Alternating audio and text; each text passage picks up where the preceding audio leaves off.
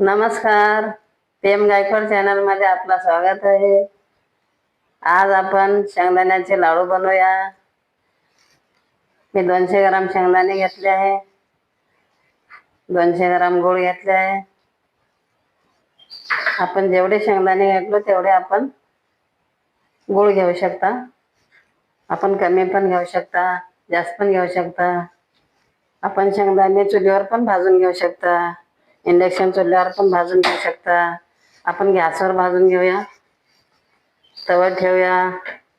कोणत्या पण तव्यावर भाजू शकता, लोखंडाच्या, अल्युमिनियमच्या कढईमध्ये पण आपण भाजू शकता.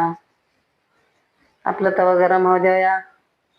शेंगदाणे गूळ पौष्टिक असते म्हणून आपण शेंगदाण्याचे लाडू बनवूया. आपला तवा गरम झाला आहे, आपण शेंगदाणे टाकूया. शेंगदाण्याला फिरवूया. शेंगदाण्याला आपण खमंग भाजून घेऊया. पण गॅस सुरू करून भाजल्याने आपले शेंगदाणे खमंग भाजतात. आपले शेंगदाणे कसे छुटछुट करत आहेत. गूळ आपण चाकूनं पण कट करू शकता, विळतीनं पण कट करू शकता. आपण चाकूनं कट करून घेतले आहे. बघूया आपले शेंगदाणे भाजून झाले का.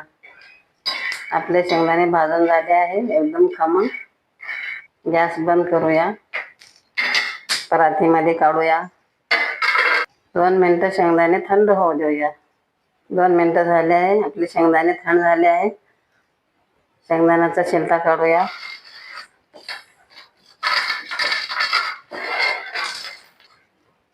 आपल्या शेंगदाण्याचा शिलटा काढून झाला आहे. पहिले शेंगदाणे टाकूया आपण मिक्सरच्या भांड्यामध्ये, नंतर गूळ टाकूया. पहिलं गूळ टाकल्याने भांड्याला चिटकत आहे. आपलं गूळ ह्याला सारखं वाटायचं नसते, बंद चालू करून वाटायचं असते. थोडं थोडं जाडसर वाटूया, म्हणजे आपले लाडू चांगले बनत आहे.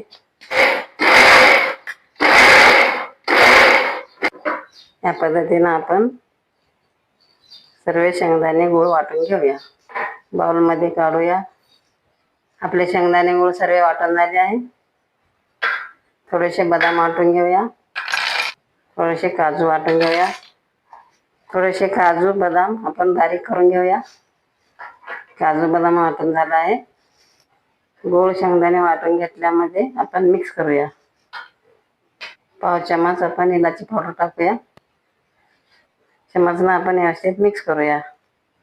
लाडू नाही बनले तर ह्याच्यावर 1-5 मिनिट झाकून ठेवू शकता, म्हणजे आपलं गूळ इगरत आहे. आता लाडू छान बनतात आपले. आपल्याला जेवढे पाहिजे त्या साईजचे आपण लाडू बनवू शकता. मी साधारण बनवत आहे. शेंगदाण्याचा लाडू किती छान बनला आहे आपला. असेच आपण सर्व लाडू बनवूया.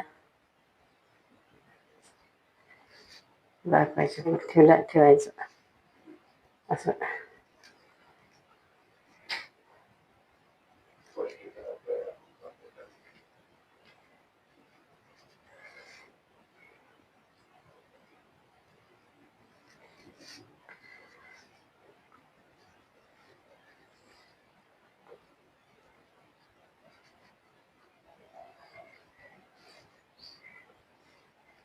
शेंगदाणे व गुळाचे लाडू आपले बनवून तयार झाले आहे. या पद्धतीनं आपण पण बनवून पहा, खाऊन पहा.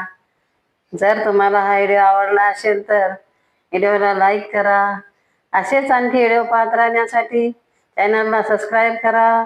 धन्यवाद.